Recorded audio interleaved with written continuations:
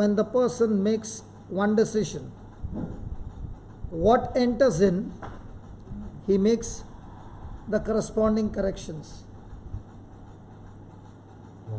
We have come here to listen to the word so that the word will tell me what is right and what is wrong. And when you understand what is right, the freedom of choice is given to you. Are you willing to make the correction or not make the correction is one's individual choice. The one who quickly makes the corrections, the person's life is transformed. Or else, you can come here and listen to the word and become another professor of history and geography. Like that, you can become a professor of the Bible, but no life is changed. Thank you, Jesus. Thank you, Jesus. Thank you, Jesus. Thank you, Jesus. Hallelujah. Hallelujah. Hallelujah. Hallelujah. So, is it going to take our response or God's response? But all our prayers are about who? You know, all our prayers are about, we put the ball in God's court and say, you do it. But when you read the Bible, it's the other way around. God is saying, I have given you my tools, I have given you my authority, I have given you my spirit, I have given you my name, I have given you my love, I have given you my power, I have given you everything. Now you can use all these tools and make a decision that agrees to my word, and you will see my glory. So if there are many times I hear people saying, I attended your retreat, praise God, God bless you. But is there any change in your life? No, my troubles are still the same. It is just like a person who is taking coffee from there and putting salt for the last 10 years and saying, I went home and I did the same what I was doing before and my coffee is still salty. But when you come here, the word of God is saying, stop putting salt, put sugar and stir it. Sorry, the coffee will become.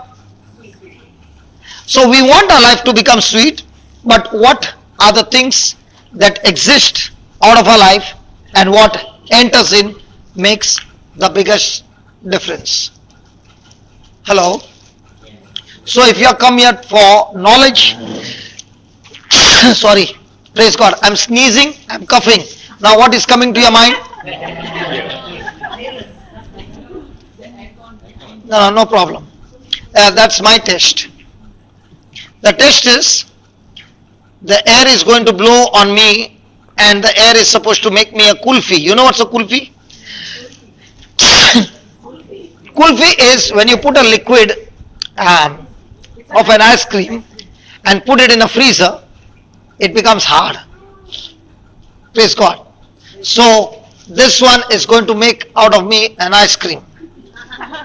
And the fight is whether he wins or I win. Every day we have fight in our mind whether the thought that has been controlling my life wins or the thought that comes from the word of God wins if I make my decision to focus on the word of God. Is that right? I can quickly say that breeze is coming on my body and it's freezing me. But I can also say, body, start producing the heat to withstand it. Hello? I'll give an example for this and then we go ahead. I was flying from Bangalore to Guwahati on a flight. And I had a good conversation with the Lord and He said that what you think, your body releases chemicals. So He gave me an example. How many of you have ever tasted tamarind? You know what's a tamarind? Do you all have in Malaysia? Have you ever tasted? Jesse, you have tasted in Chinese?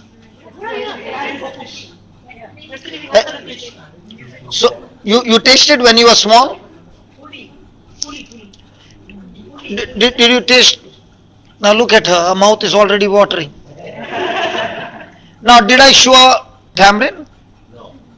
I just spoke a word called tamarind and our mouth is full of saliva. See? So my mind has so much of power, it controls my brain.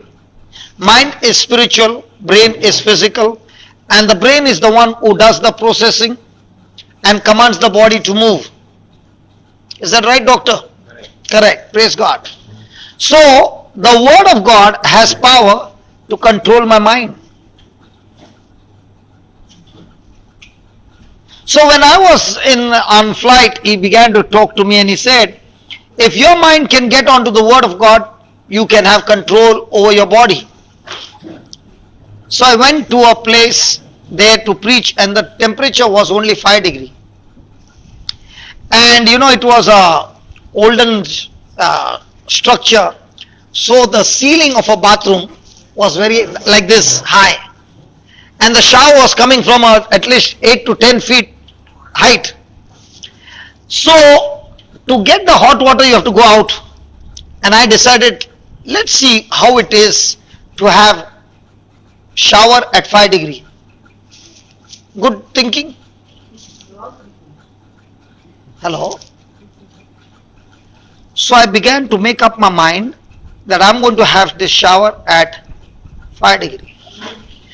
And the water which is hitting the floor, it bounces and few drops touch my leg before going under the shower. What is that drop saying? Don't you dare enter in. Is that right?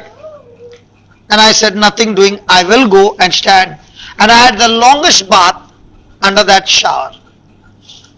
Then I saw something else at night when we were sleeping. The other brother was with 3 blankets.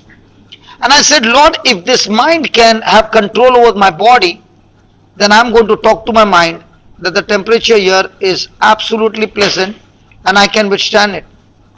And I began to say, I took off all the blankets, I took off my shirt, and speaking words to my mind, I could sleep peacefully. That's why on the videos you will see me in 1 degree and 2 degree on the video, you will see me in half sleeves. Using my mind to have a control over my body. Are you listening? So when you have the word of God, is the word of God powerful that you can have control over your mind? Will that mind now control the brain? Yes. Now will the brain start processing according to what message has come from the mind? Come on, talk to me please. And that's how you win. What do you think? How do you think Jesus won the battle? His mind was fixed on his Father's words, on his Father's will. And once he gripped it, he would not allow it to change. Man has got such great power that once he fixes his mind on the word of God, he is operating in the supernatural. We lose battles because our mind starts wavering. Praise God. So welcome today. Come on, let's pray. Father, we thank you, we praise you, O Spirit of God. You are here in our midst. And we are all excited, O Lord, that you have got something beautiful for us. And here we are willing to make the corrections because Jesus, you are the perfect corrector. You preach, you taught, you shared the truth so that every lie of the devil be exposed, and through the truth, lives were changed and transformed. You picked up the simple fishermen, the most uneducated people, the most weakest, the most troublemakers, the most who made maximum errors. You picked them up, taught them your word, and changed the destiny of this earth. Father, we thank you. We are with all our weakness, with all our errors, with all our mistakes, we are sitting in your presence. O Spirit of God, infuse in us your divine knowledge. Let it be imparted and let our mind be submissive and make a quick correction. Let there be a renewing of the mind and transformation of lives. We thank you, we praise you in the glorious and mighty name of Jesus. Amen.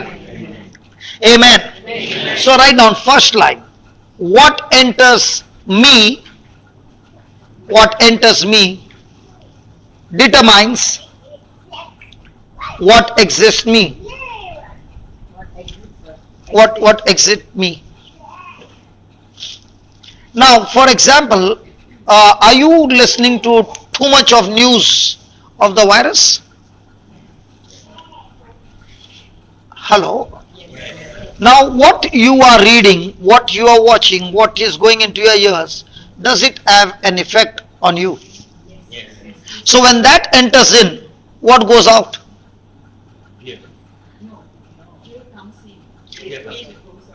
When fear comes in, what goes out? Faith goes out. Praise God. When fear walks in, faith walks out.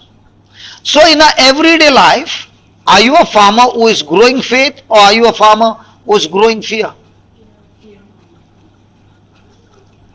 If I have to ask anybody seated here, do you want your life to be prosperous? Without a doubt, yes. Do you want your life to be successful? Do you want to be in good health? Do you want all things to be well with you? So what's the secret? Open to 3rd John verse 2.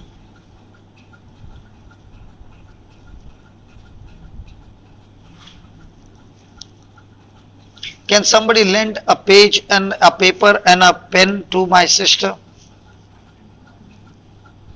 Oh, you got a mobile? No, you got a mobile? You don't carry a mobile? Okay.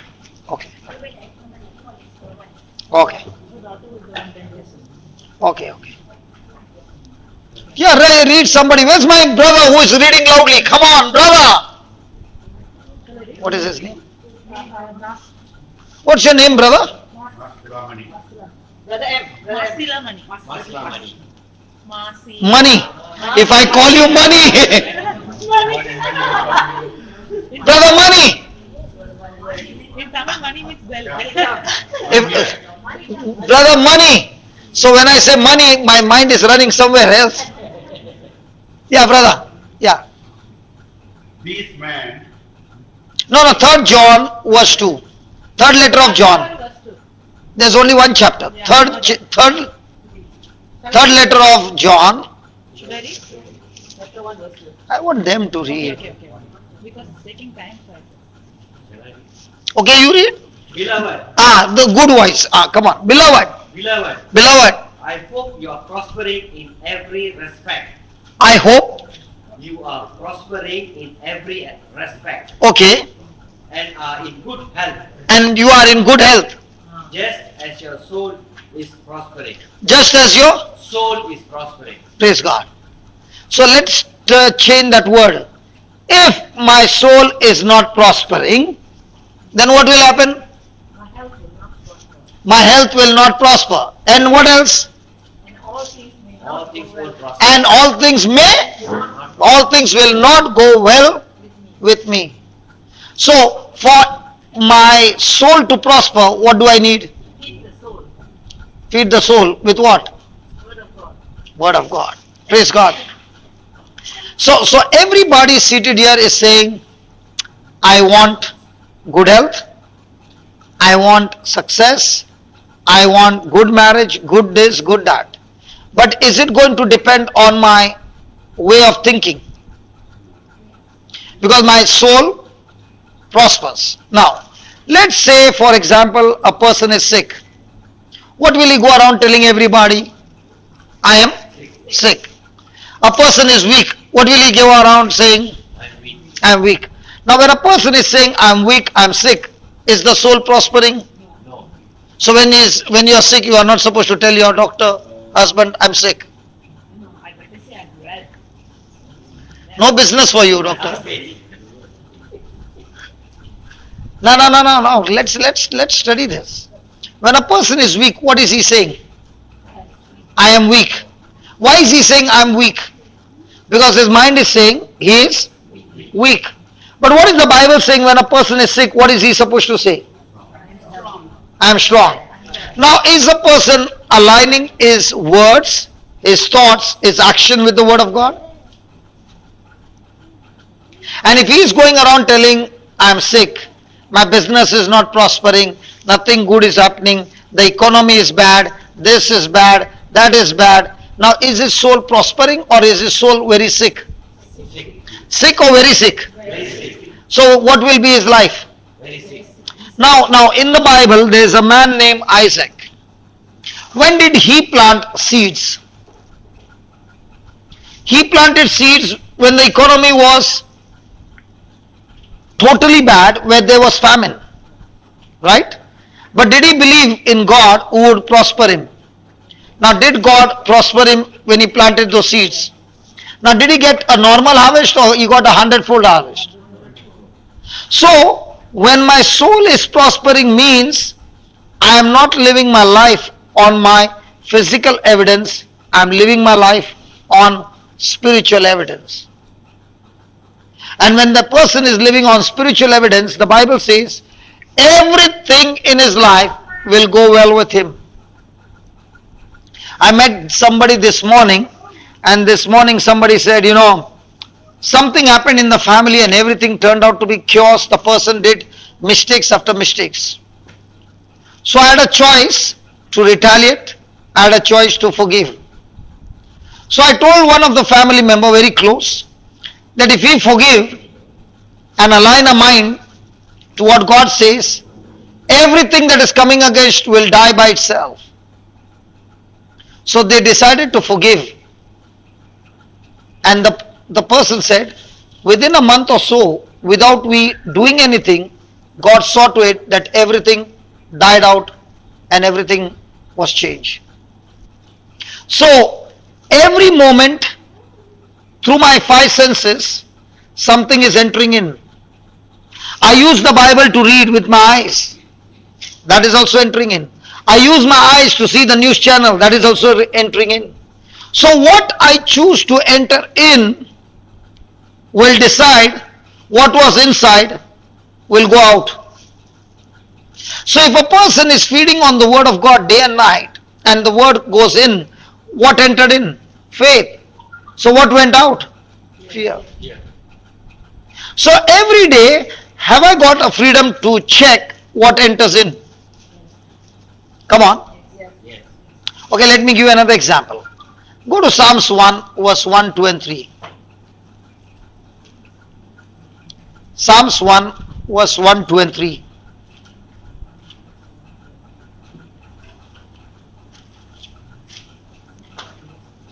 Yes. Blessed is the man Blessed is the man that walketh not in the counsel of the ungodly, that walketh not in the counsel of the... ungodly. So who is an ungodly person? The person who doesn't go to church. No. No? Those who don't follow the faith.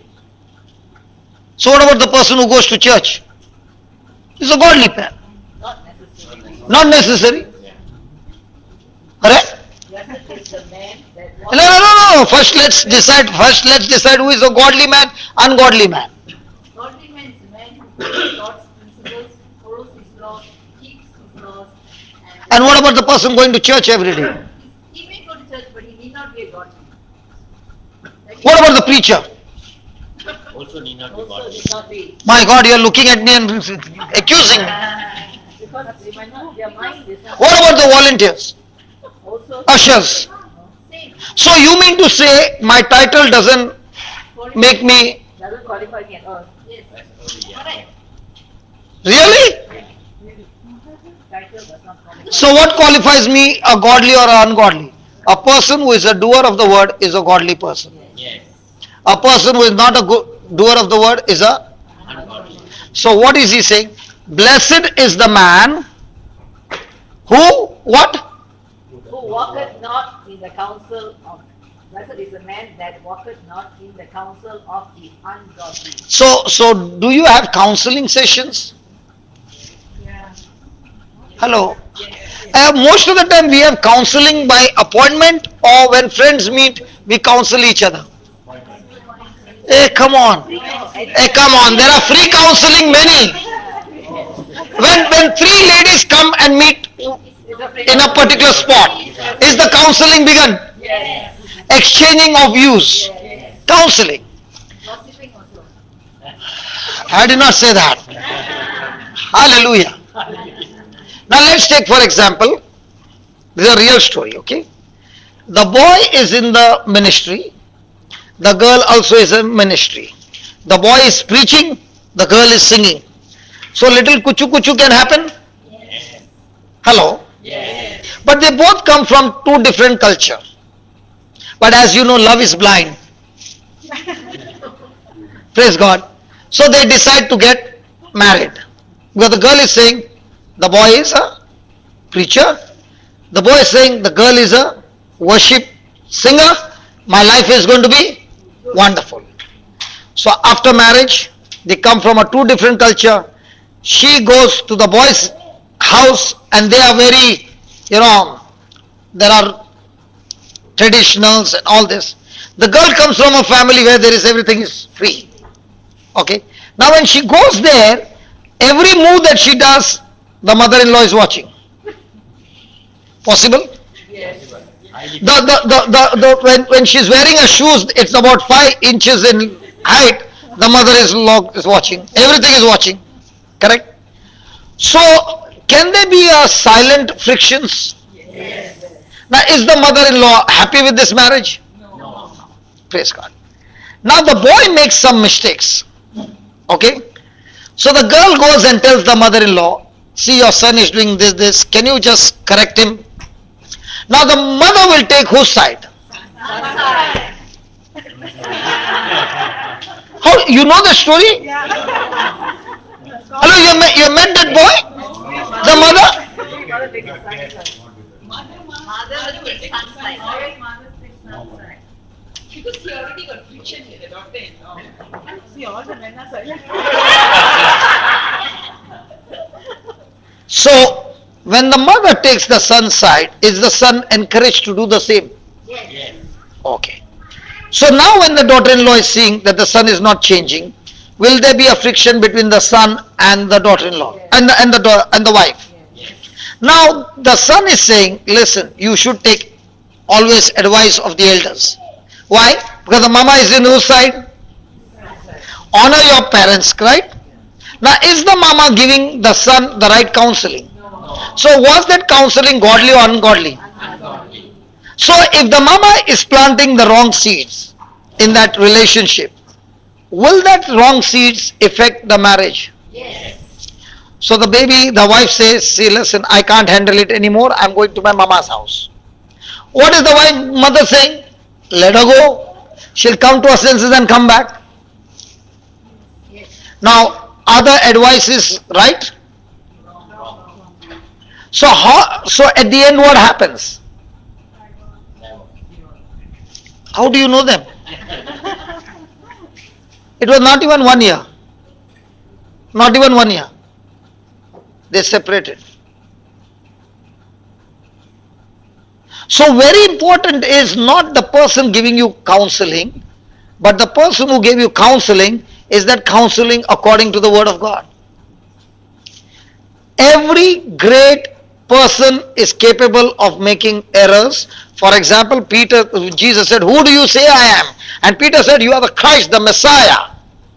And Jesus said, hey Simon, son of Bar-Jonah, flesh and blood did not reveal it to you, my Father in heaven revealed it to you. What must have happened to Peter? My God, his chest would have come, shirt would have torn, and he would have said, you know what? Father talks to me. 4 scriptures later on, Jesus saying, I'm going to Jerusalem, where they are going to hand me over to the elders and I'm going to be crucified. And they are going to put me to death. What does Peter do? He takes Jesus at the side and says, I will not allow you to go there. And the Bible says, Jesus actually rebuked Jesus. Peter rebuked Jesus. What did Jesus tell Peter? If Peter can do an error, can everybody make an error? Yes.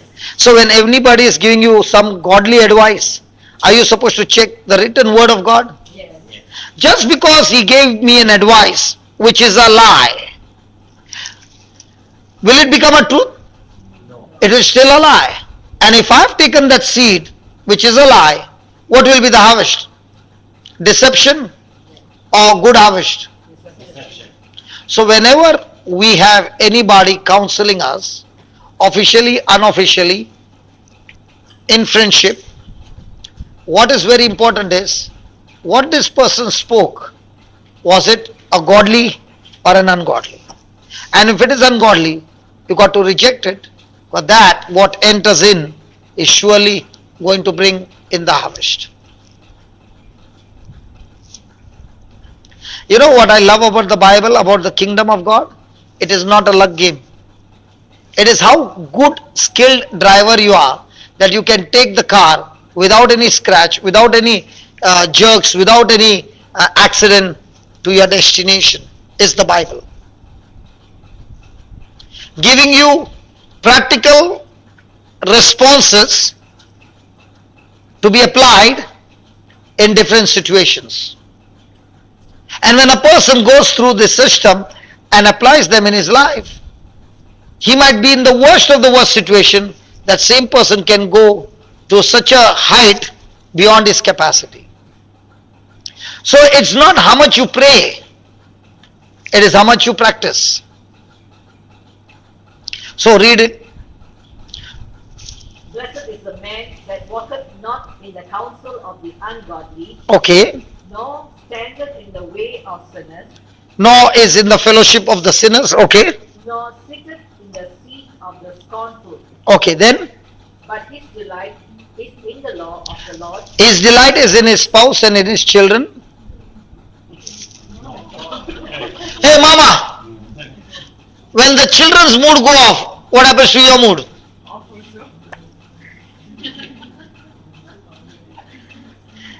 And when the husband's mood is off, what happens to your mood? So your source is where? The Lord or these three? Hello? Can we talk? We are delighting in what? Mr. Money? Delighted in worldly things. Money also?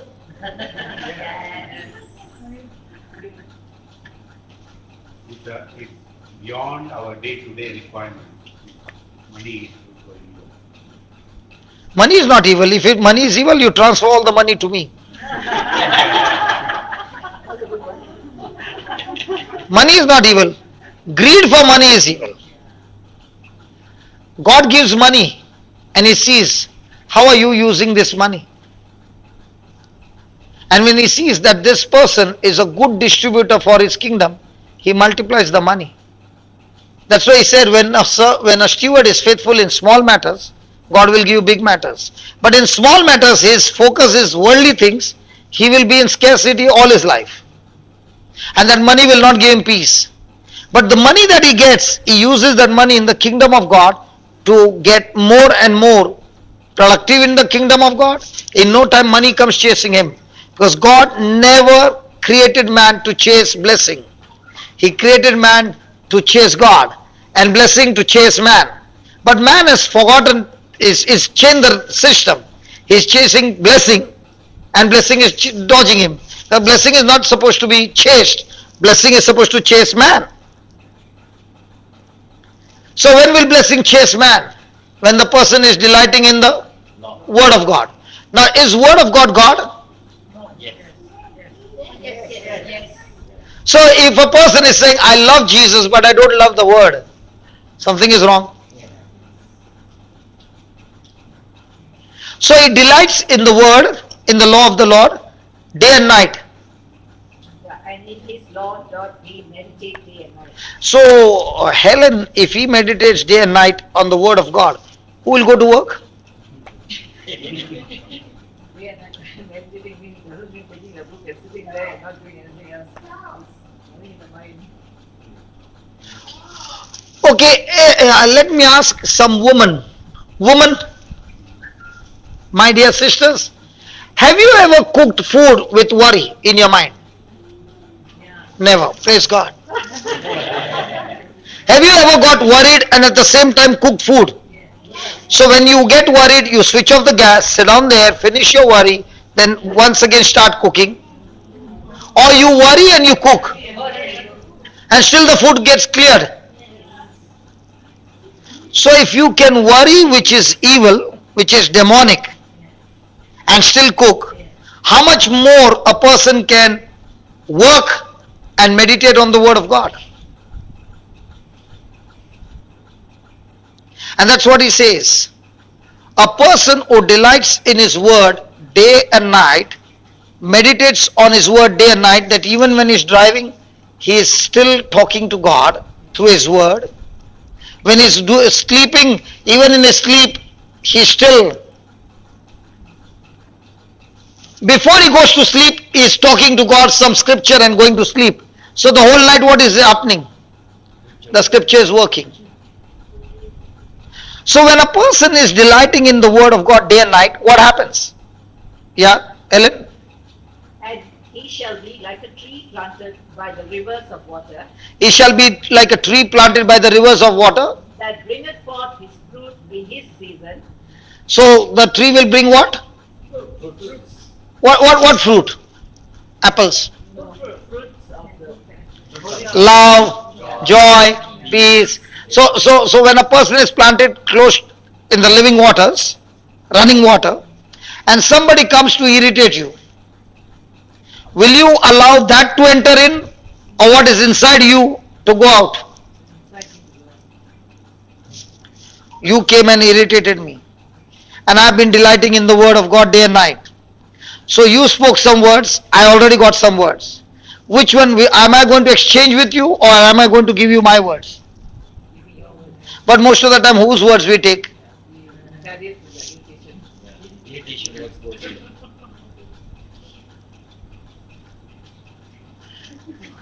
When irritation word goes in, does it affect the mind, doctor? Yes. So then there is blood pressure. Oh yes. Ulcer, blood pressure, Acidity. There was once a scientific research going on. This is a real thing. Huh? They had two rooms, one full of ladies, one full of gents. And there was a hidden camera kept. Nobody knew it. And the program was, one man will come into the ladies' room where all are sitting and speak all kinds of negative things about a woman. And a woman also will get a chance to go to the gents' room and speak the same. So the woman goes and speaks, the man goes and speaks. Now everything is seen on the camera. What do you see in a woman's room? When one man came and spoke about a woman, all the negative things. What are the women doing to each? What are they doing? What is their action? They're angry and they're angry. Some of them have tucked their sari on top. How can you we don't get sorry here. In that year, what I mean to say is, they are actually extremely angry, verbal, talking and all that. In the gents' room, what do you see? One fellow is looking outside the window. Only 3 or 4 are discussing, others are. Conclusion, who is getting hot, the woman or the man? Then they say, we will see medically what happens, scientifically. So all the women are put in one line, all the men are put in one line, and the doctor checks the blood pressure. All the women, what they find? normal. Normal. Normal. And all the men, what they find? A woman verbalizes, but there is nothing inside. Man doesn't speak anything, but everything is inside. That's why any woman here, when you ask your husband, his mood is off. What happened? What will he say? Nothing. You ask your husband, he's off mood. What happened? Nothing. Now you ask the woman who is off mood, what happened? Oh my God, enough! Hallelujah. Hallelujah. So is that God-given gift for the woman? Yes. Is that God-given gift for the man? See, listen. God created them different. And when they both come together, they become one. So the man is given a designation where he is the head of the family, and he is supposed to make a vision to get the whole family in line with God. And the woman who is a helper is supposed to help him to get there. That's why she is multitasking. But when the position is reversed, then comes the problem.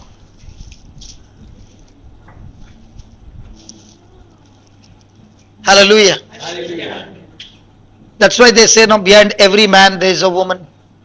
Something they say. Hallelujah. Thank you, Jesus. Okay. Is it possible that you came here, made some corrections? Your life began to change. Is it possible that the person who has changed, the enemy is going to leave him alone? Where do you think the enemy is going to strike? Supposing I am in a boxing match and my left hand is injured. Supposing you are a boxer, where will you punch? My left hand is injured.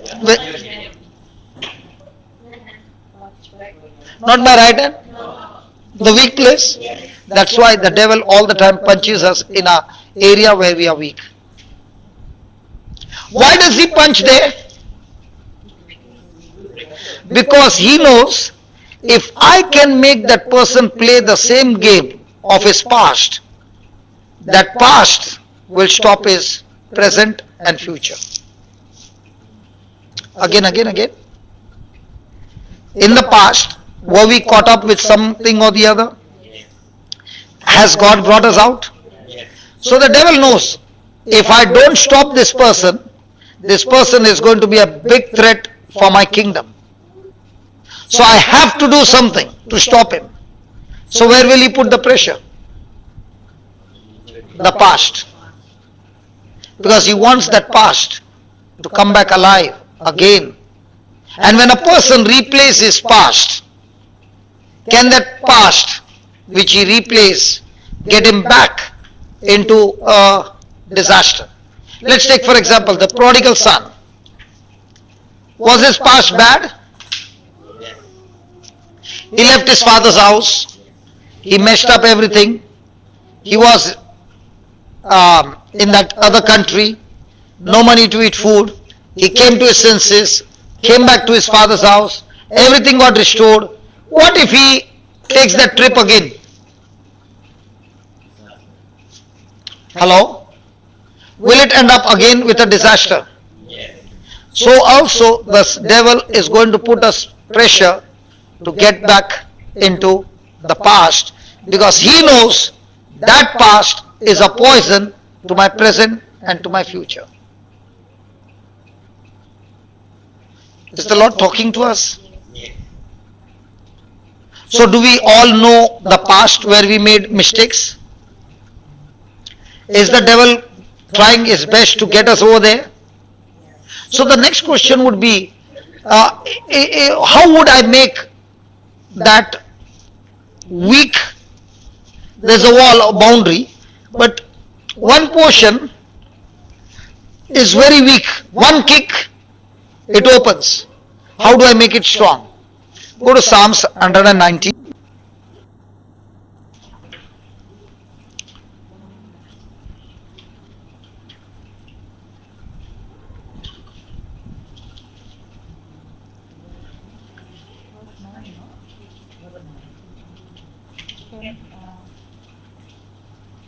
Nine. Read it. Wherewithal shall a young man cleanse his way? By taking heed thereto according to thy word. And 11. With my whole heart have I sought thee. Oh, let me not wander from thy commandments. No, 11. Oh, thy word have I hid in mine heart, that I might not sin against thee. So, how do I build up boundaries that can block the enemy from opening the door? Your word have I hid? Your word have I hid? So, do we keep money in the treasury? Jewelry? Or the lipstick? Helen, do you keep Jewelry in the treasury locker or lipstick and powder and cream? No, no. How you know about what she is keeping? Huh? Because you know about your wife. I'm asking her, you are giving the answers. I'm confused. So you know about your wife, that's why you're saying all women are like that. Okay. Praise God. Hallelujah. So do we hide the word in our heart or the lie of the devil? Possible to keep the lies of the devil in our heart? Now will that lie, that seed, destroy my present and my future? So do I need to confess and expose it? Now, will that seed, the word seed, protect me? See, I can obey God's word with my willpower, and I can obey God's word with God's power. Is there going to be a difference? The Bible says, when I'm doing it with my willpower, I still have a desire. But when I'm doing with God's power, the desire is uprooted. How do I do that? Hello, how do I do that? Is there a formula? Okay, let's see the formula. How you can come out of any kind of addiction. Shall we study this time or next time?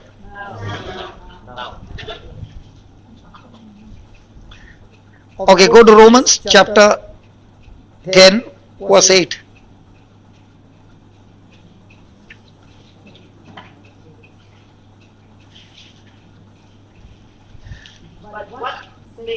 But what said it? The word is nigh here. The word is near you. The word is? The word is near you, Even in your mouth even in your mouth and in your heart. and in your mind.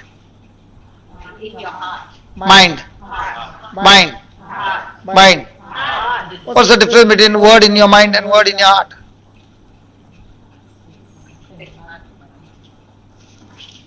Is the word in your heart or in your mind? Not in the mind. What's the difference?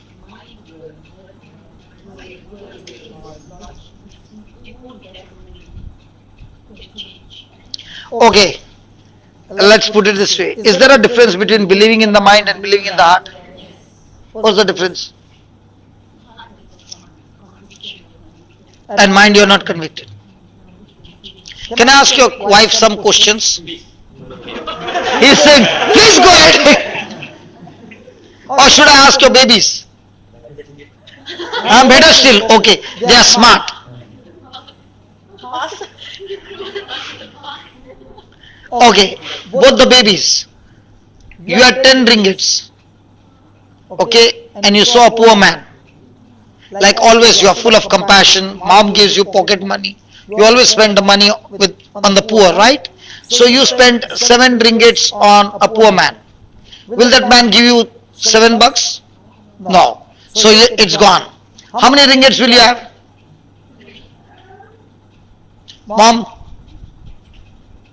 Mom took such a long time to know maths. Dad,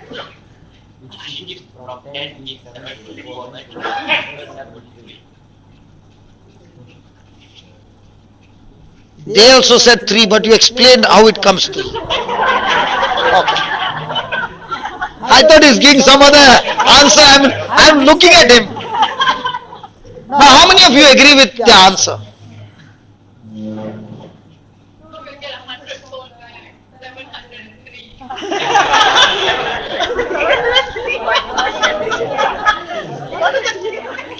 The 3 which was remaining. Okay. Why did you give me the answer 3 first? Mind says 10 minus 7 is 3. Heart says that Jesus said, when you give, it shall be given to you, good measure, pressed down, shaken together, running over, shall men give unto your bosom. Now, do we really believe that word?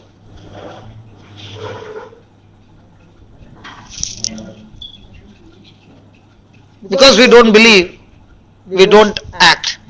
And that's why you ask anybody, when you give something, is it subtraction or multiplication? Subtraction. But the person who believes in through his heart the promises of God, he quickly says, it's an opportunity for me to multiply.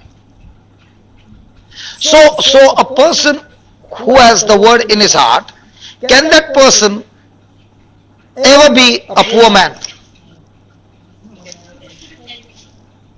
A person who applies this principle and believes this principle, can he ever be a poor man? The reason I'm poor is because I have not yet agreed. I believe the word with my mind, not with my heart. I'm here to tell you, when I lost everything in life, I lost my business, I lost my factory, I lost my house, I was on the street, and that's when I was introduced to Jesus. And my memory was restored and I began to study the word of God. One day I came across a word, freely you have given, freely you have received, freely you give. And that was the day I said, I'm ready to believe this word. I will do every service for you, Lord, absolutely free. This was 23 years back. And then I saw this, give and it shall be given. And I began to wonder, God is saying give. And the world is saying, when you give, it's subtraction. Does it really work? And I started my journey of giving. And I'll tell you now, it's been 23, 24 years. I've never been broken a single day in my life. And the speed by which God began to give back, I began to use that in the kingdom of God. Okay? And it's just multiplying and multiplying and multiplying. So the question still remains, am I really believing with my heart or with my mind? With my mind I will say 10 minus 7 is 3. And I can see it. There's a physical evidence. But when the word of God is saying the word is near you, in your mouth and in your heart, you are saying no, it's multiplication. So how do I know what's going to be my future? The first question is, did I believe it with my mind or did I believe it with my heart? And if I'm believing it with my mind, I am a Christian, I got Holy Spirit, I got the word of God, I got the authority, I got everything, but my belief is still like a non-Christian. I am a citizen of this country, but I behave like some other citizen. Are you following? Hello, are you following? That's why he says, the word is near you.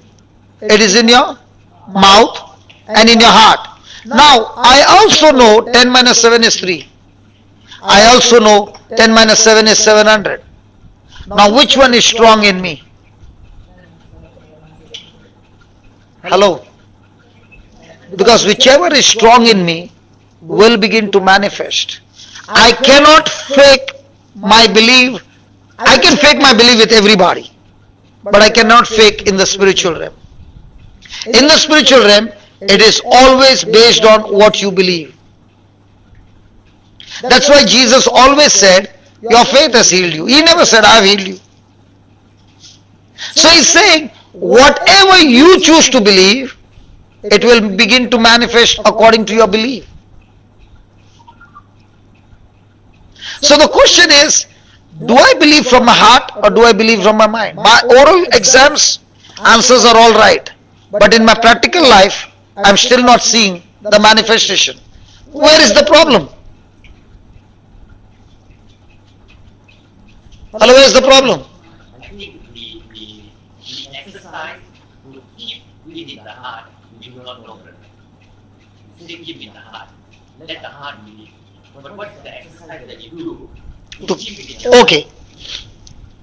Have you seen some terrorism happening and the person takes a bomb or does all that?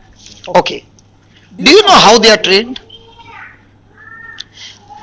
They are given knowledge first and they are made to say a slogan. And that slogan is repeated so many times that it enters the heart and it has authority over the mind. So he can see these people are there. He knows that if I pull the tree, this thing, these people will die. But the the strength in his heart is so strong that he cannot see anything. He only obeys what has been planted in his heart. To get that planted in the heart, I have to keep on repeating and repeating and repeating. I know some people, they have fought battles. Like the other day, there was a person who was having a problem in his leg, and he came and told me.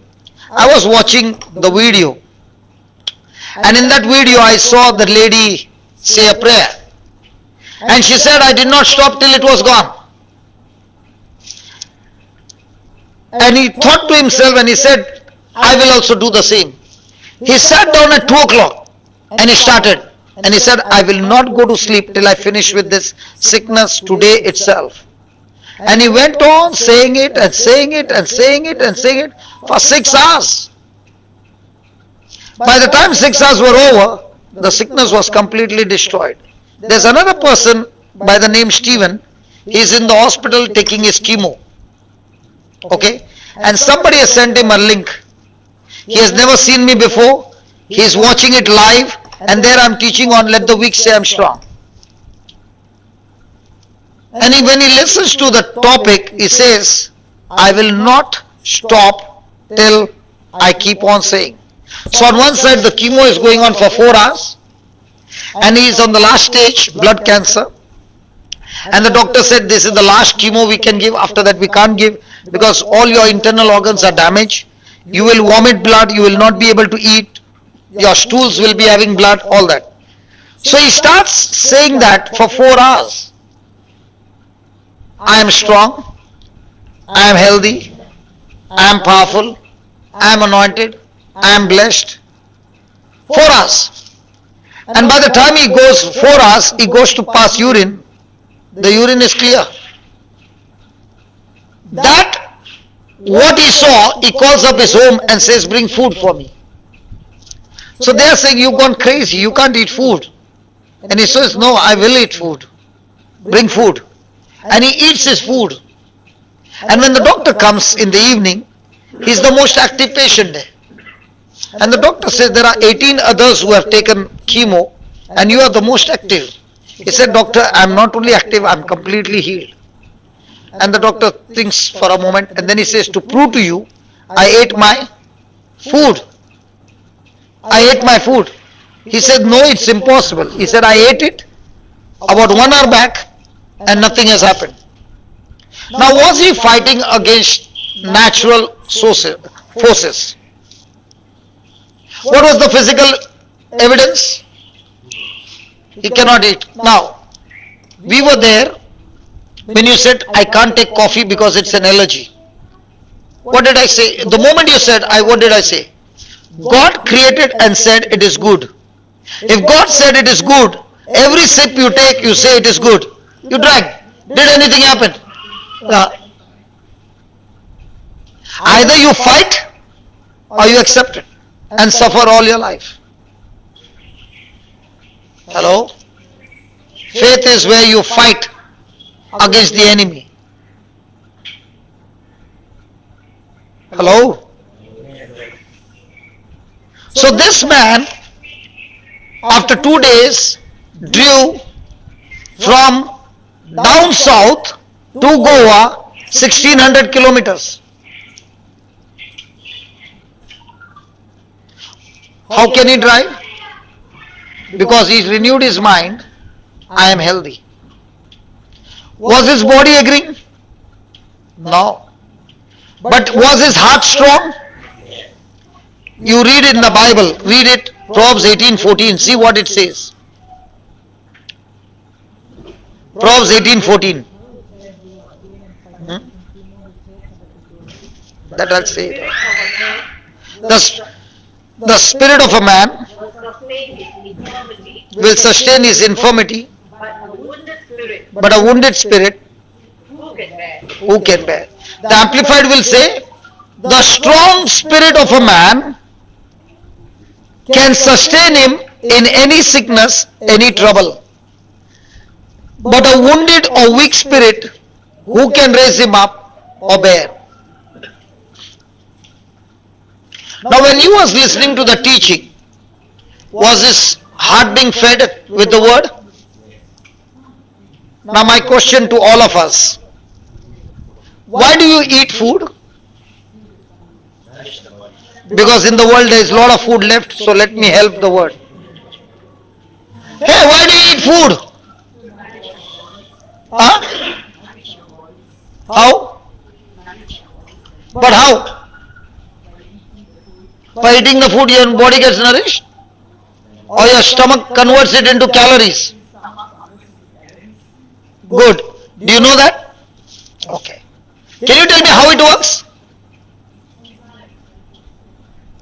And then what happens? And then? So I'll give you the food outside. Can you convert it into calories? Only when it goes inside. Do you know how it works? So you can't see. So can you start a factory to convert food into calories? You ask your mama, Mama, did I come from your womb? Ask. So you are your mama's factory product. Yes. Ask mama, how did she create eyes? Eyes. Oh. No. God gave you a seed called the egg. God gave him a seed called a sperm. And in that seed was the potential to create the whole thing. Everything is already pre-programmed, how she will look, what, everything in that one seed.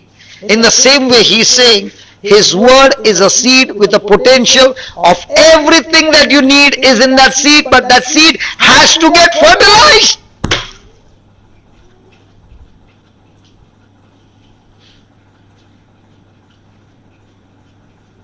Is that right? How many children you got, sister? How many years you were pregnant? Oh, sorry, how many months? Oh, sorry, how many months? Sorry. Did you see your baby? 9 months? But did you believe? How? It could have been gas.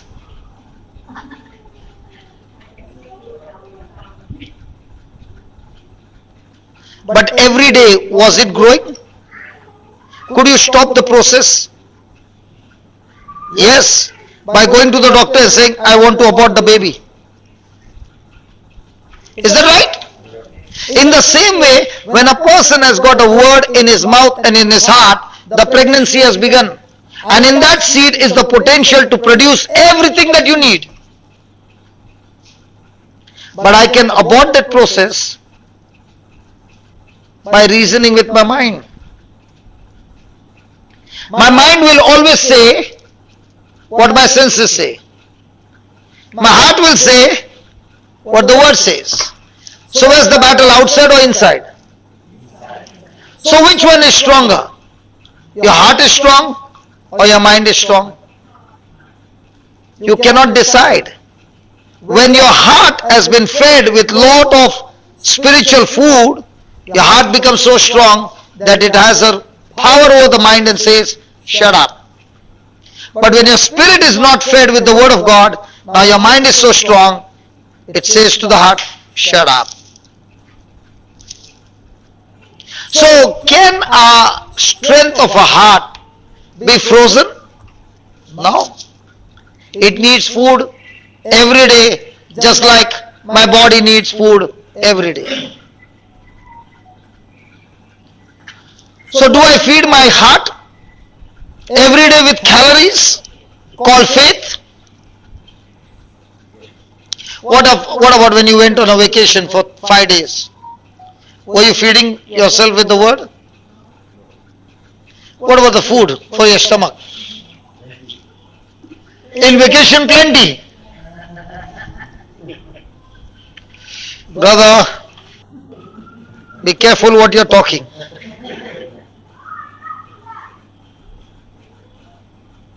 Praise God, write down. When I replay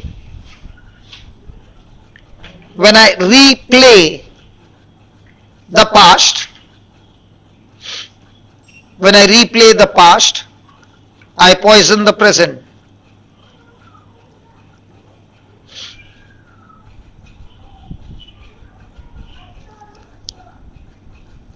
Do you remember Saul and David? When David killed Goliath, Saul was very happy and they became both friends. But when the woman began to sing, Saul killed 1,000, David killed 10,000, what happened to Saul? Now, was he thinking from his heart or from his mind? Was the mind strong or the heart strong? But was Saul anointed?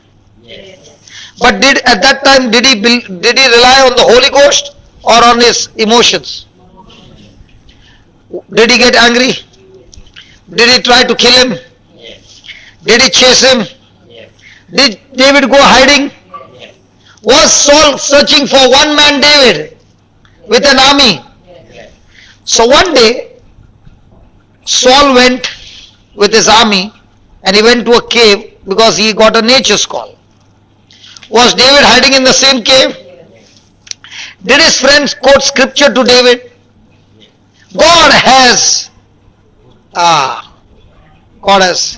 handed over your enemy into your hands. Now it's time for you to kill him and become the king. Now was David strong in his heart or strong in the words the counselor gave him? Was the counsel godly or ungodly? But was it a scripture? Was it saying you become a murderer and become a king? Yeah. The friend used a scripture in a wrong way and presented it in such a way that you can kill him and become a king in no time. Did David accept it? No. But did David go and cut a small portion of his garment? Did he show Saul that I could have killed you? Did Saul repent? Did he go his way weeping? Yes. Now, after a few months, did Saul come in search of David again? Now, was he replaying his past? When he replayed his past, did he poison his present? This time David again found Saul in the tent with 3,000 soldiers around, and the Bible says God put all of them to sleep. David goes there, Saul is sleeping. What is his friend saying now? You don't kill him. Just tell me. I will kill him. What is David saying? I will not touch God's anointed one. Pick up the spear. Pick up the jug of water. Let's go. Hey, hold on, David. You mean to say you came all this risk for a spear? For a jug of water? You mean to say we came all the way from there, went through 3,000 soldiers for a jug of water?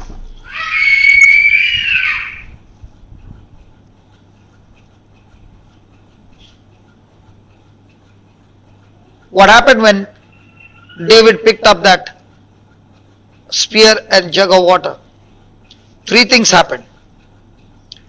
The day he cut off that small portion of the garment, because Saul replayed his past, Saul lost the anointing. Because the Bible says, when Moses poured oil on Aaron, the oil went on Aaron's beard and then came on his garment, and the Holy Ghost came. When Aaron died, his son took his father's garment and wore, and the anointing of the Holy Spirit came. Elijah threw his garment while being taken to heaven. Elisha tore his garment, put Elijah's garment, double portion came. The woman with the issue of blood touched Jesus' garment, the anointing came. Paul's handkerchief was laid on people who were having demons and sickness, they got healed. So when David cut Saul's garment, what happened? He cut off the anointing and took his anointing and walked out. Could David do that if Saul had not played his past? Hello? So every time you are playing a past, you are losing the anointing. Now my question is, which one is more valuable for you? The anointing or playing the past? But which one we settle for? He repented, he came back again in search of David. This time David picked up what? The spear. What does the spear stand for? Kingdom authority. Saul lost his kingdom. And what about the jug of water? He lost his baptism right as well. And what happened to Saul?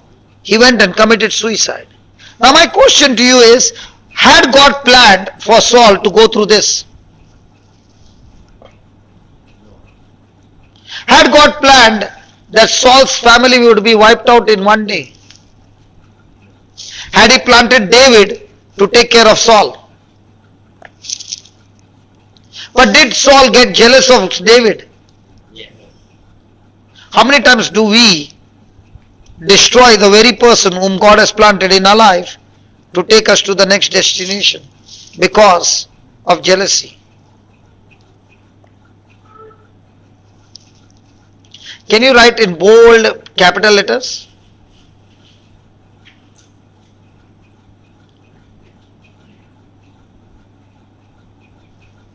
We can never be true friends. We can never be true friends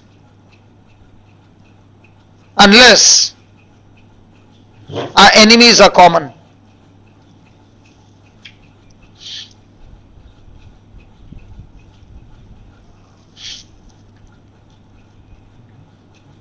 Unless our enemies are common.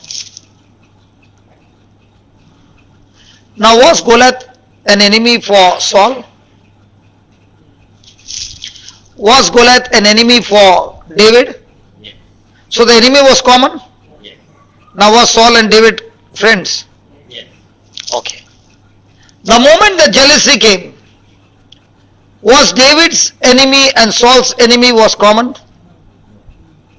Now they cannot be friends. Let's say, for example, don't feel bad. I'm in the world and I'm enjoying in a club. And I come and tell your husband, and he also enjoys going to the club. So is Jesus an enemy or a friend? Enemy. So can we both be friends? So you preach the gospel to him. Now the enemy has changed. Now who is his enemy? Satan. Satan is his enemy. Who is my enemy? Jesus. So can we be friends now? Are you understanding what I'm saying? Even when your enemies are of the other kingdom, you will still be friends. That's why the spirit and the flesh, they can never be friends. They are always enemies. So when our enemies are common, we can be excellent friends and we can work together. When our enemies change, we cannot see each other. We cannot work together. Because one is operating in the flesh, one is operating in the spirit. You cannot work together. Were the Pharisees religious people? Yes. Were they teachers of the word? Yes. But was their enemy Jesus or Satan? Jesus. And who was Jesus' enemy? Satan. Could they become friends? Yes.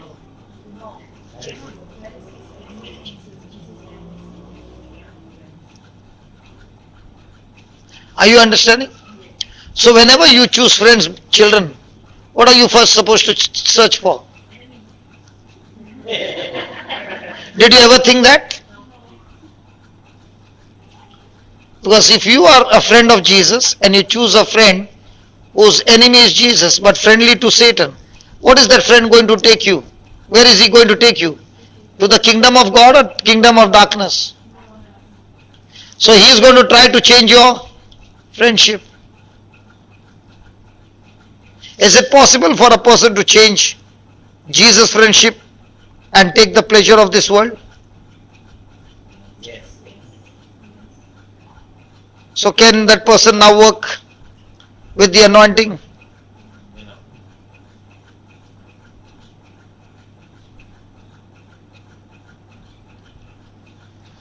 Hallelujah. Hallelujah. Thank you, Jesus. Thank you, Jesus. Praise God. Praise the Lord. Is it making sense? Yes. So every day should I check who is my enemy? Yes. Can I get deceived? I can say Jesus is my friend, but my actions will be that Jesus is not my friend because I'm caught up with so many things of the world.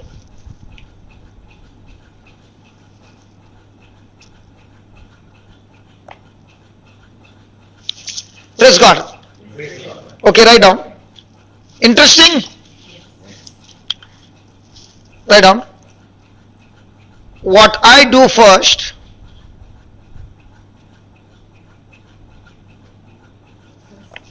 what I do first determines what God does second.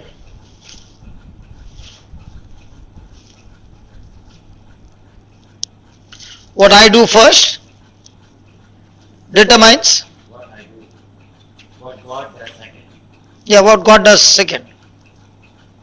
What I do first determines What I receive, what God has done.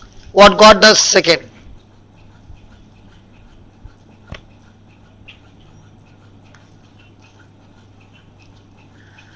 Okay, let's put it this way. Let's go to Acts chapter 14.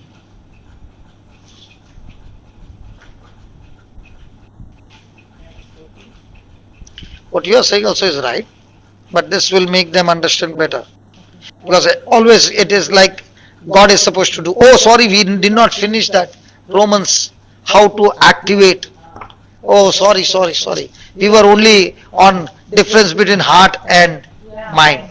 He was asking how to train the. How to train the heart. I'm sorry. I did not. But you also did not even bother. But you gave the answer. Together. No, not yet. I have not yet given the answer. I have given you the answer in a wide way, but not a pinpoint way. Okay? So read it again, brother. Romans 10 verse 8. Romans 10 verse 8.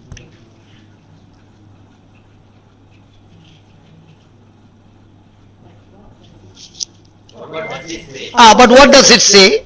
The word is near you, The word is near you, in your mouth, in your mouth, and in your heart. and in your mind.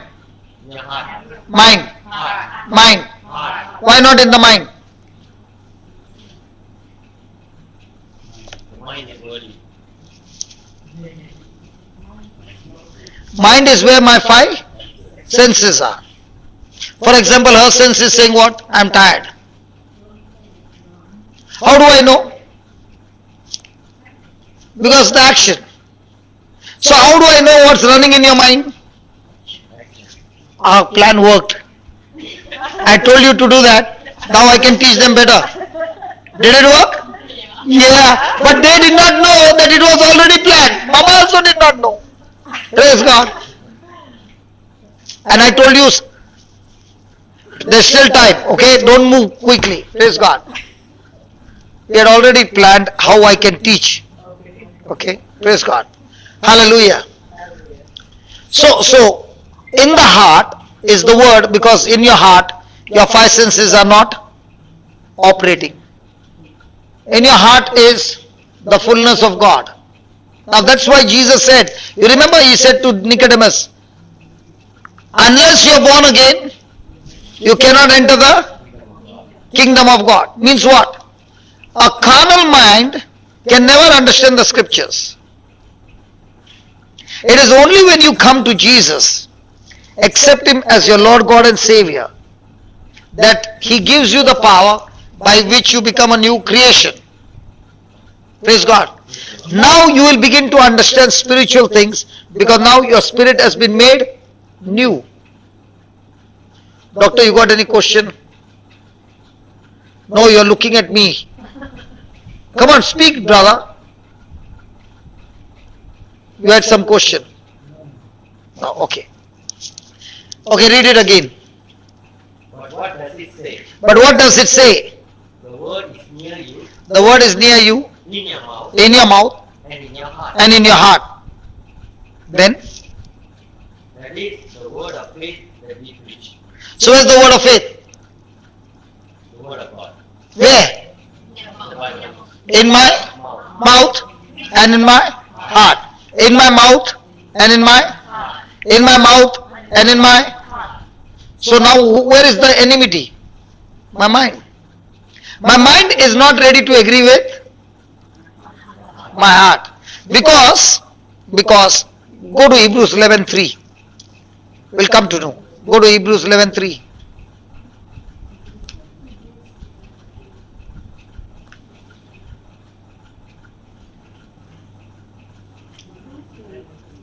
By faith, we understand that By faith we understand we understand that the worlds that the worlds were were framed framed by the word of God, by the word of God, so that so that the things which are the things which are seen seen were not made were not made of of things things which are visible. which are visible. Praise God. Okay. Children, should I ask you all or should I ask the elders?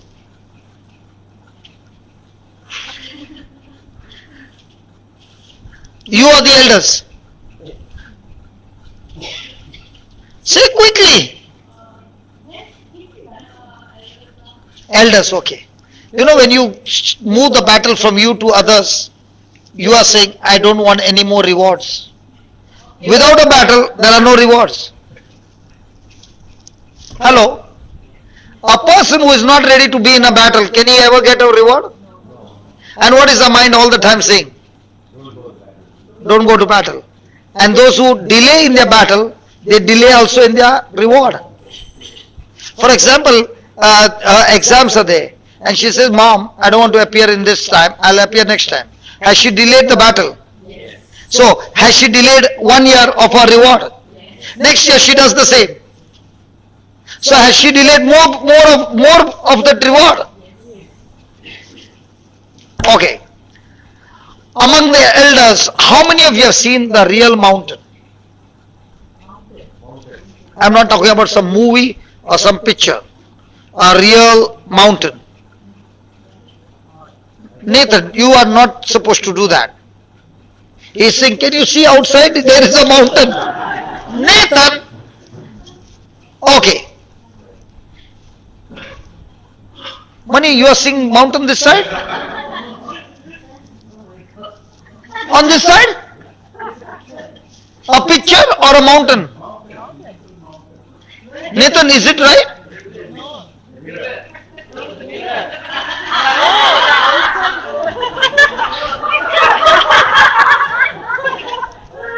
If I have such intelligent people in my class, but Mani, I can tell you, you have given me an answer that I've never knew before. And that solves my mystery for so many years. You have given me a solution to a mystery which was for so many years. The wife is saying, I gave him the answer.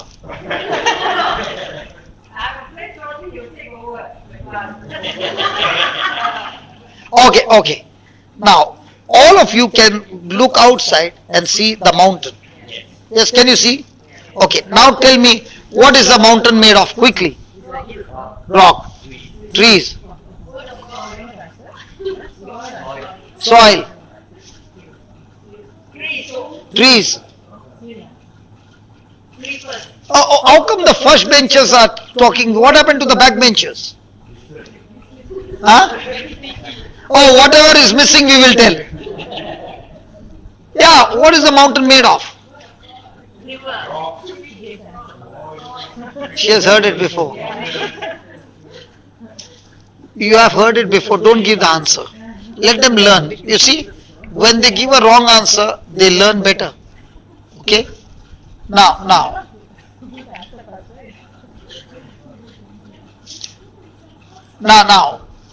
all of you who said rock, soil, this, that, the answer is wrong.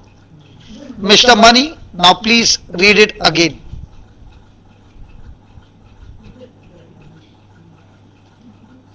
By faith, By?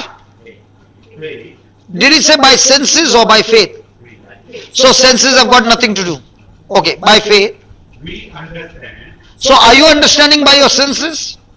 No, by faith. So is there going to be physical evidence? See, when you say faith, is it physical evidence or spiritual evidence? Spiritual. So physical has got nothing to do, correct? By faith, we understand that the worlds were framed by the word of God. so the mountain is made of what? Framed. The earth is made of what? Word of God. But do we understand that? Now we do. Now we understand just to give the answer. Now, how did you get this answer? That it is created by the word of God?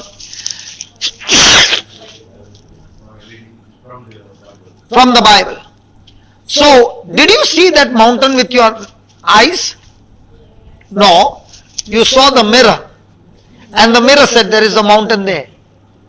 In the same way, your Bible is a mirror which is talking to your heart and speaking to your heart in faith that this world was created by the word of God. Praise the Lord. So when you said, I can see the mountain there, we are indoor here, in indoor, how can you see the mountain? So everybody, I even told Brother Nathan, can you see? Because I know he's on my side. And he said, yes, I can see. I'm wondering, how can he see inside when the whole thing is walled? But now, what did you say? I see it through the... So how do you know that the world was framed by the word of God? I'm seeing through the mirror, and that mirror is the Bible that gives me the faith and the confidence of spiritual evidence. My problem got sorted out because of you. Holy Spirit. Praise God. So next time somebody says, but I can see with my eyes, it's made of soil. But the soil was made with what? The word of God. So that the things which are seen were, come on, read that. So that, Were not, no, start with so that. So what can be seen? so the things Which are seen were not were not. made of things which are visible. So in other words, things which are seen were made of things not seen. How many of you can see my word? Word. Word. You can't see. So is the word physical or spiritual? Now the next question. Is this word spiritual thing? Hello, is this word a spiritual thing? How do you say that? Because it is not physically seen. But is it a thing? It's a thing. Or thing. No, is the word a thing? Material. This is a thing. Oh, sorry. Word is Recording, not. it's recording. Hello, what is a thing? No. Yes, it's a thing. Is the word a thing? The word is God. Jesus Christ is a thing. Word is a thing. Thing. The word is a thing? No. An invisible thing. What is an invisible thing? Is it an invisible thing? Thing that we cannot see. Is it a thing? No, this is a thing. Is the word a thing? Okay. Come here, I want to tell you some. Thing. See that you don't tell anybody any. So is a word a thing? Yes. Now this thing which is spiritual, when you store it in your heart and speak it out of your mouth, believing in the promise of God, it is mixed with a substance called faith.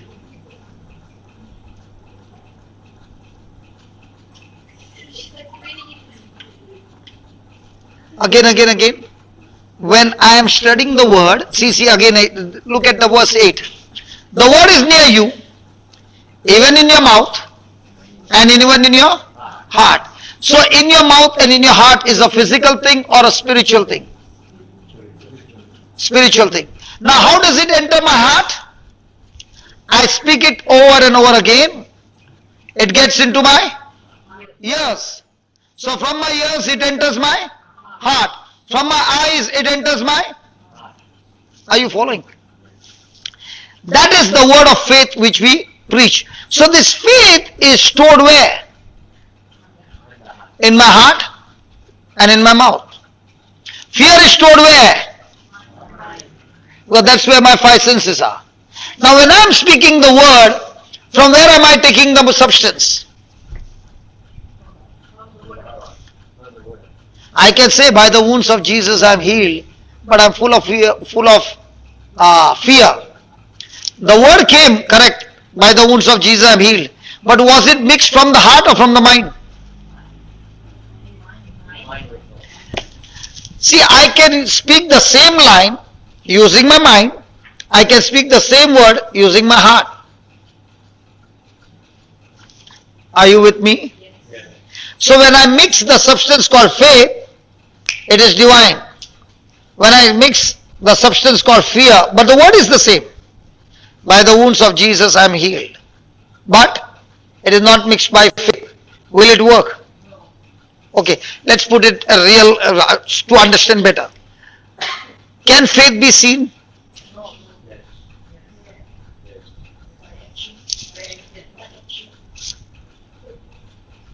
So when a person is saying by the wounds of Jesus I am healed, can his faith be seen and fear be seen? When you see somebody in fear, can you make out by his action? So he is saying by the wounds of Jesus I am healed, but his action and his expression is full of fear. Is he confident? So even though the word is the right, but is it mixed with the substance called faith?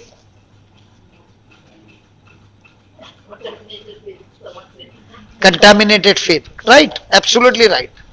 So will it bring the result? Now let me show you how it works. I speak the word, which is spiritual, and I am created in the likeness and image of God. So am I God? No. But is my system working like God? Yes. So God saw darkness, but he said, let there be light. So did he speak by faith or by his senses? By faith. The Holy Spirit who was moving over the waters, what did he do? He took that word mixed with faith and converted from spiritual to physical. So in our life, for anything to change from spiritual to physical, Holy Spirit needs what? A raw material called word mixed with faith. So who is supposed to supply that? God or me? That's why whenever Jesus healed somebody, he always said what? Your. So who is supposed to labor to build his faith? Me.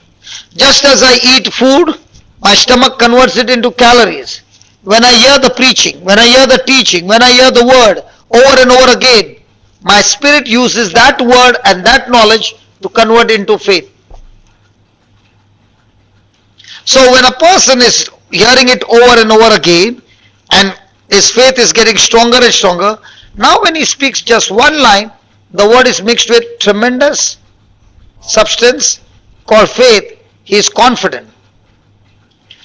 Confident brings result. Say that.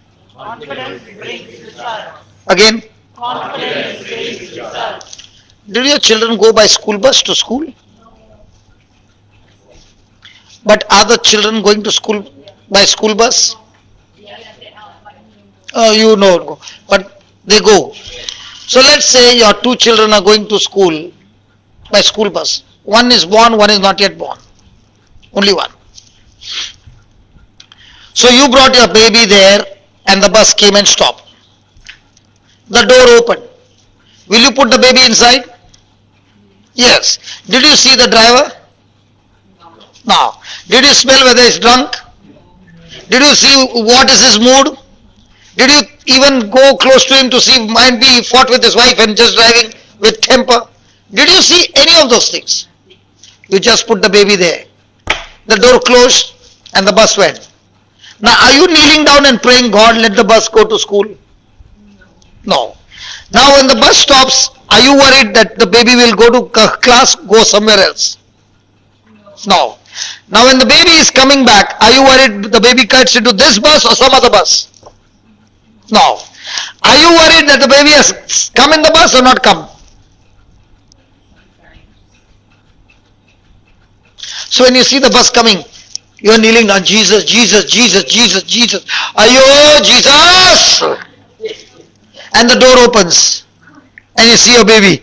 Yeah, yeah, yeah. Do you do that?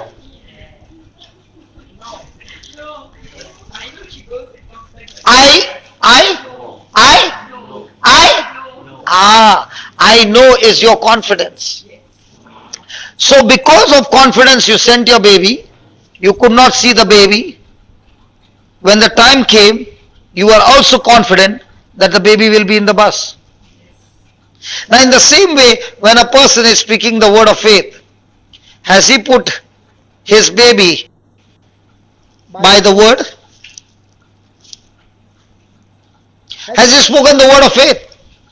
Has that word of faith got into the bus? And what you are speaking, has it gone to the school? Yes. Now is the Holy Spirit working on that word? Yes. And in due season is the bus coming back with the miracle? That's how it works. None of them look to be happy. I thought by now you would be screaming. Did you get the formula? So if you want to change anything in the physical, do you go directly or do you go to the headquarters? Is the Holy Spirit all the time waiting to change these things? But can He change without you speaking the word? That's the system. You cannot see in the Bible anywhere any physical thing changing without the word being spoken.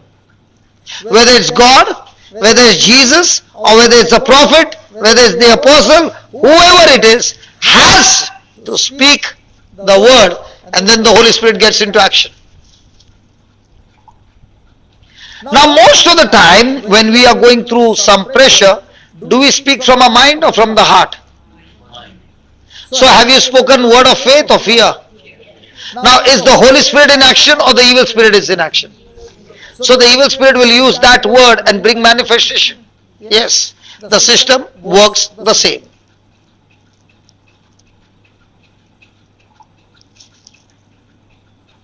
Enough for today?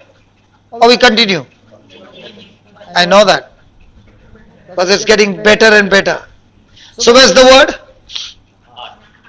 In my mouth, in my heart. And when you sit down for a Bible class like this, and then you go and sit with your friends, and they are also giving you words. Now what has happened? Conflict or cocktail?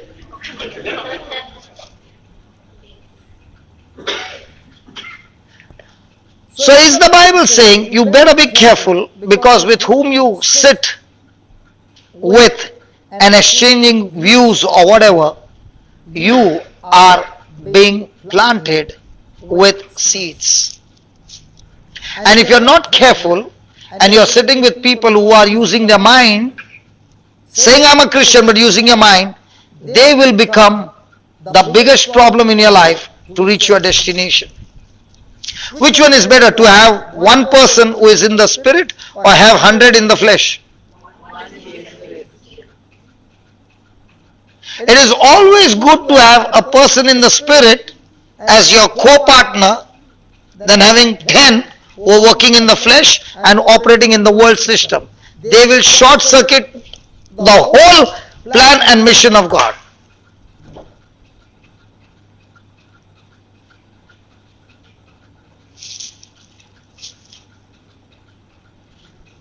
Hello. So if a person has got no desire for the word, can that person ever speak to you according to the word? So are you supposed to be stuck to that person or stay away?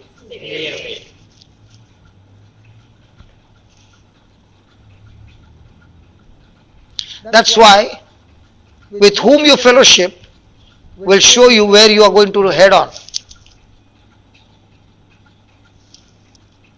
A person who is a champion, he will not waste his time to plant seeds which are corrupted and then spend months together to uproot them. Which one is better? To keep away or allow that person to plant and then work out to get rid of it? Which one is better? Tell the gardener put some weeds, creepers in the garden, and after 1 week everything is spread. Now he is saying clean it up. Have you seen sometimes the creepers go and finish the whole garden? Hello, can you talk? You stop talking to me. Because the Spirit of God is showing us where we are going wrong. So is this a class of condemnation or correction? Good. Verse 9, yes.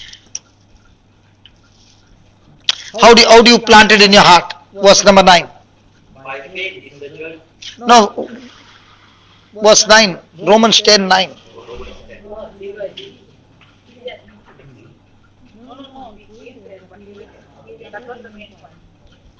He was saying now how to hide the word in my heart. Come on, verse number 9. Romans 10. Because if you confess with your lips that Jesus is Lord and believe in your heart that God raised him from the dead, you will be saved. Yeah, read it loudly, brother. For if you confess with your mouth, For if, say that if. If Is there a condition? Hello, is there a condition? yes, For if you shall confess with your mouth, yeah, that Jesus is Lord, that Jesus is Lord, and believe in your heart and believe in your heart that God raised him from the dead, that God raised him from the dead, you will be saved. so how does a person receive the greatest miracle in his life? And so can the devil stop a person from receiving salvation? Okay, let's put it this way. A preacher came to your church and began to preach. And a drunkard who was passing by walked inside, is still in full tight and is still swinging and is listening attentively. And the preacher said, all those who want to receive Jesus, come in front. The drunkard is walking. Now all those who are watching this drunkard, and he is a famous drunkard outside the church all the time, fallen down. What is coming to your mind as he is walking to the altar? After this service, where will he be? In the bar. In the bar or fallen again. Tomorrow, where will he be? After 1 week, where will he be? Same place. Now he comes there, the preacher looks at his condition and says, can you open your mouth and say Jesus Christ is Lord? And can you say God has raised Jesus from the dead? Now in that state he says, how many people in the church will agree with him? No one. Now are the church members exercising their faith or cursing him? That is what happens in the church. We look at the person's physical condition. Instead of exercising our faith, we are the person who are cursing him, and the next day you will find him still there. But if the church looks at that person and says, come on, let's exercise our faith and let's say, this man has received salvation, This man is a mighty man of God. Now, is faith based on physical evidence or spiritual evidence? So, how many people do we destroy and how many people do we save? Because our confession of faith is based on physical evidence. So, a lady walks in with big cuts in her dress. All the other ladies are watching. What are they saying? How beautiful her legs are. And what are the men saying? Now, how many of them are saying, Lord, I know she is not rightly dressed, but I thank you, Lord, that she has come to your house, and today's sermon or today's service is going to make an impact in her life, that when she walks out of this place, she will not be the same. Do we exercise faith or do we exercise condemnation?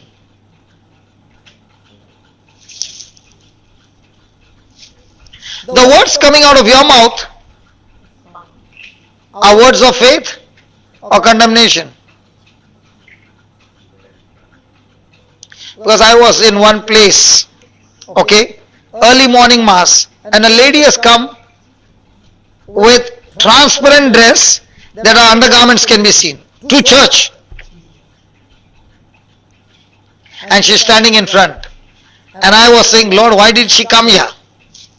And that's the time the Lord said, are you going to condemn her? What if today is the day of her salvation?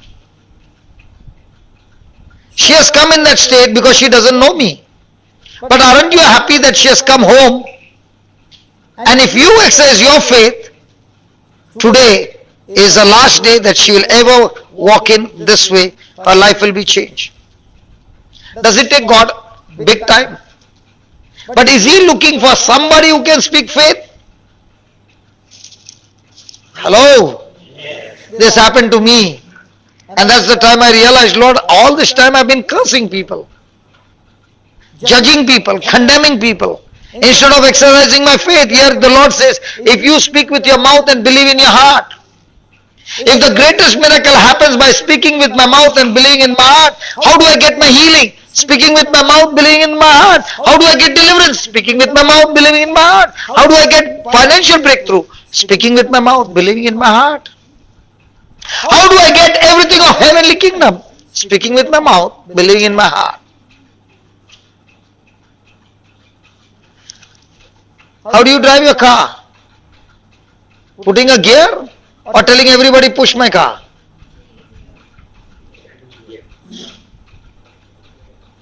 So can it be a drive gear and reverse gear? What happens if the gears were not put according to what it has to be put? It was wrong gears put. Will it cause accident? So how many accidents do we cause in the church by looking to one another? Then we begin to wonder, nothing's happening in the church. But the devil is saying, I have got my team members inside the church. All I have to do there is give them some thoughts, and they are opening their mouth, and when that is not over, they come out and then they have discussion as well. So do we speak faith or do we speak facts? So when you're speaking facts, are you speaking from the heavenly kingdom or from the devil's kingdom? Can you look into your neighbor's eye and ask your neighbor, whom are you working for?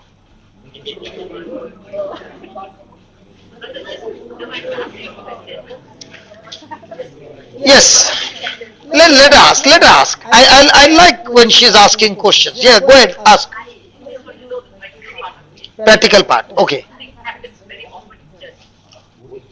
Do you know when I was, before I got converted, my wife used to say, come and walk, sit inside the church.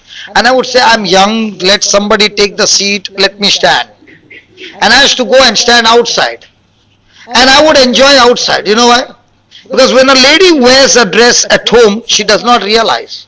But when she comes to church, she realizes it's short and then she starts pulling the skirt.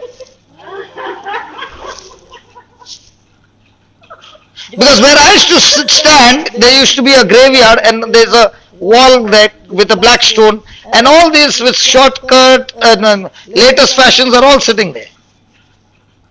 So Mass was very interesting. And what was the excuse? Okay, okay. I just asked, so this happens quite often, the rules are not recording, and we always condemn them. We'll say, coming to church, they're coming like this, and that's what goes on in our heart. Now you say, exercise your faith. So I have to change and say, what do I say? What are the excuses that you say? Lord, I thank you that she has come today to your house and she is going to receive a seed from you which is going to change her forever. So when she comes in one direction, she goes back in a total different person. Does it take time? Was Saul on his way to Damascus? To do what? To kill people. Did he encounter Jesus? Who knows? She's another apostle.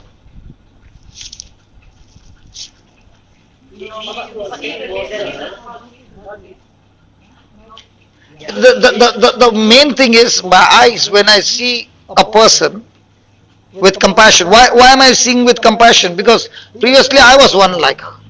Okay? Because my eyes were blinded and all that I could see was with my sense knowledge. It is only when God opened my eyes, now I can see her a different person. Are you following?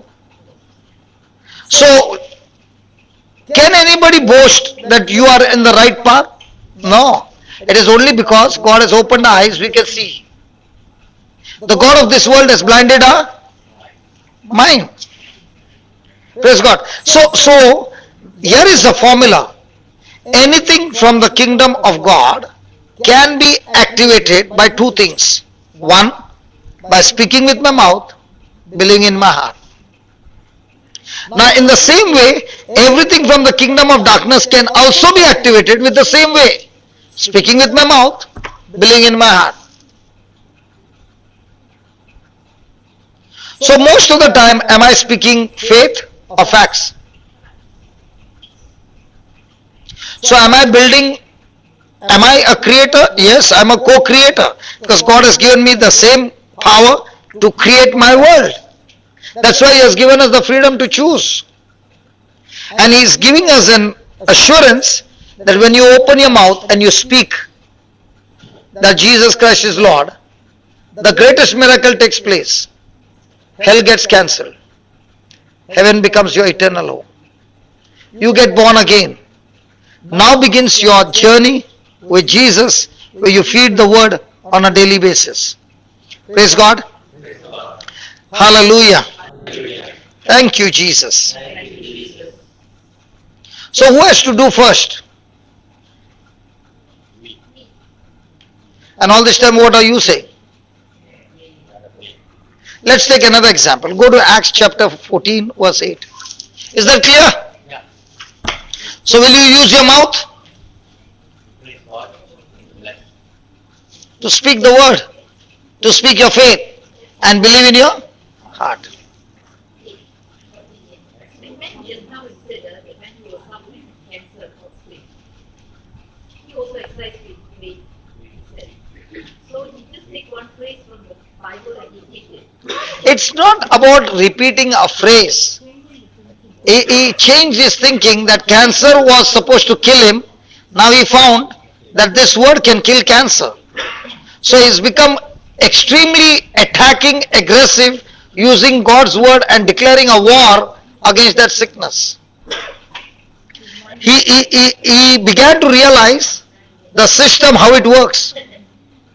So once he learned the system, he began to practice it over and over again. He did not have hair. When he came to meet me, his hair was gone. No eyebrows, nothing. So I asked him, I know, but I asked him, what happened to your hair? He said, it's the effect of chemo. I said, but that's not what the Bible says. The Bible says that you can have hair. But I'm not going to tell because most of the women will want this scripture. Oh no, please. I can talk about salvation, I can talk about everything. The women are not that interested. But when it comes to how to grow hair, now everybody wants the scripture. He gives it to us very directly, that's why.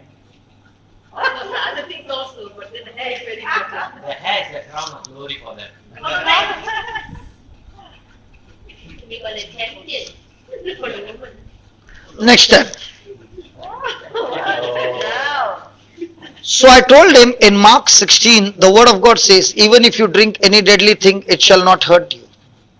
And I said, listen, the chemo you took as a treatment, but that treatment had a bad effect on your hair. And the Bible says, even if you drink a deadly poison, in his name, it will not affect you. So he said, I never knew that. I said, now you know. So he said, okay. So while he was driving back, when he was sharing this testimony, it's there. His sister is a doctor and she was watching the testimony live on the YouTube, and she called him after the testimony and said, did you hear what he said? He said, yes. Let's come into agreement that whatever effect the chemo had has been neutralized and you have your hair again. Now he began to say it after 8 days. Somebody said, hey, you got beard. Now because of his, his skull had a hole. The cancer had eaten up everything. Not cancer. He had some excess calcium. Something calcium or something. Okay. So he would not even see his face in the mirror for months together. So somebody said, hey, you got beard. And he said, what? See, you got beard. So he went and saw in the mirror. The beard had started to come. In how many days? 8 days. So did he speak from his heart or from his mind? Mind said, because of chemo, you lost your hair. Heart said, even if I drink deadly poison, it shall not hurt me because I believe in Jesus.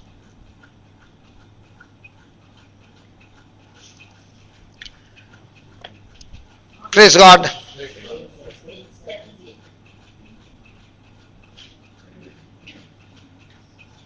So write down, uncommon obedience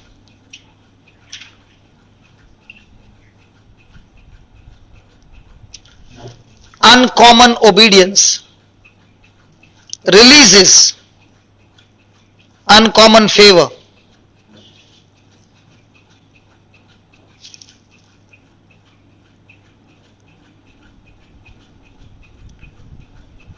Hallelujah. Is it true? Yeah. So for great miracles, what do you need? That's why people struggle, no? See, people think, for great miracles, I need great instructions. You don't need great instructions. You need only obeyed instructions. That's all. That's why Jesus said, if you believe me, you will keep my word. So who are the ones who see the breakthrough of great miracles? The ones who are operating in uncommon obedience. So the mindset comes when God is favoring. The mind is saying, it's okay. Everybody is doing, it's okay. And then everybody is doing, everybody is suffering. But a person who is saying, no, I'm not everybody. I am going to do what the word of God says. And he operates through uncommon obedience. Now will that release an uncommon favor? You know what's an uncommon favor? What's favor?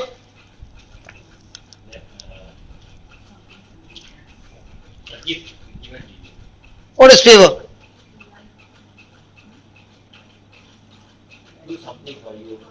Okay. Let me explain to you what is favor. When Joseph got up that day in the prison, was he a prisoner? Yes. But had somebody spoken to the king about Joseph? Yes. What is that? Favor. Now did that favor make Joseph come out of the prison and stand before the king for a small moment? Yes. Yes. Did he have a favor of God that when the king asked him to interpret the dream, could he interpret the dream because of favor? Yes. Come on. Yes. Yes. Now, was the dream good dream or bad dream? Bad. Bad dream. But did Joseph interpret the dream and gave solution to the dream and made it into a supernatural good dream? Now, how could Joseph do all that? Because of God's favor. Now, what did favor do? Favor got him out of the prison and made him the governor. In how many days? So, what a person cannot achieve in his lifetime, favor can achieve in one day. So, when a person is in uncommon obedience, always in love and forgiveness, the person is activating favor. What a person cannot do. Okay, favor is what a person cannot achieve in his lifetime labor, favor can achieve in a single day.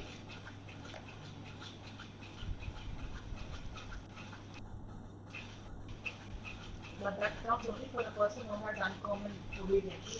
Yes, it comes through uncommon obedience. Uncommon obedience, love. One more time. Yes, please. One minute, let her finish. In a lifetime, through this labor, this favor can achieve in a day. Favor can achieve in a day.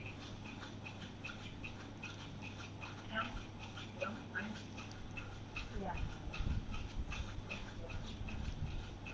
She was just asking a question.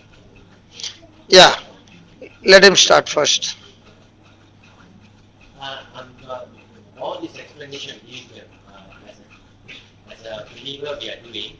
What if we are dealing with non-believers? This is not for believers or non-believers. This is the principle. Whether you are a Christian, not Christian, you do this. It works for everybody. It's a spiritual law. Now, is gravity only for Christians? Everybody. Huh? Everyone. So these are universal laws. But these laws to practice, you need power. And through Jesus, you get the power of the Holy Spirit. That's why you can do it. When we exercise this power on say pagans and other believers, It works all the time. Let's say a person is a non-Christian and is looking after the poorest of poor with love. Does it work? Because it's a universal law.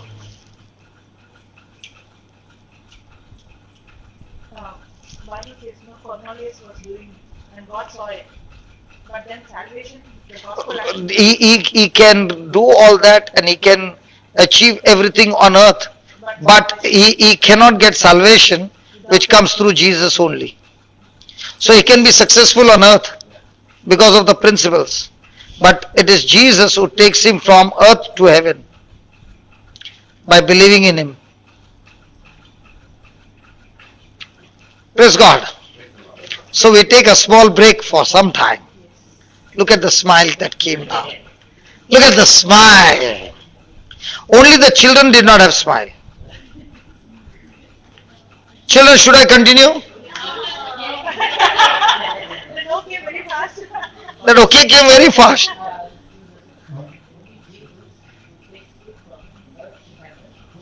But salvation comes only through Jesus.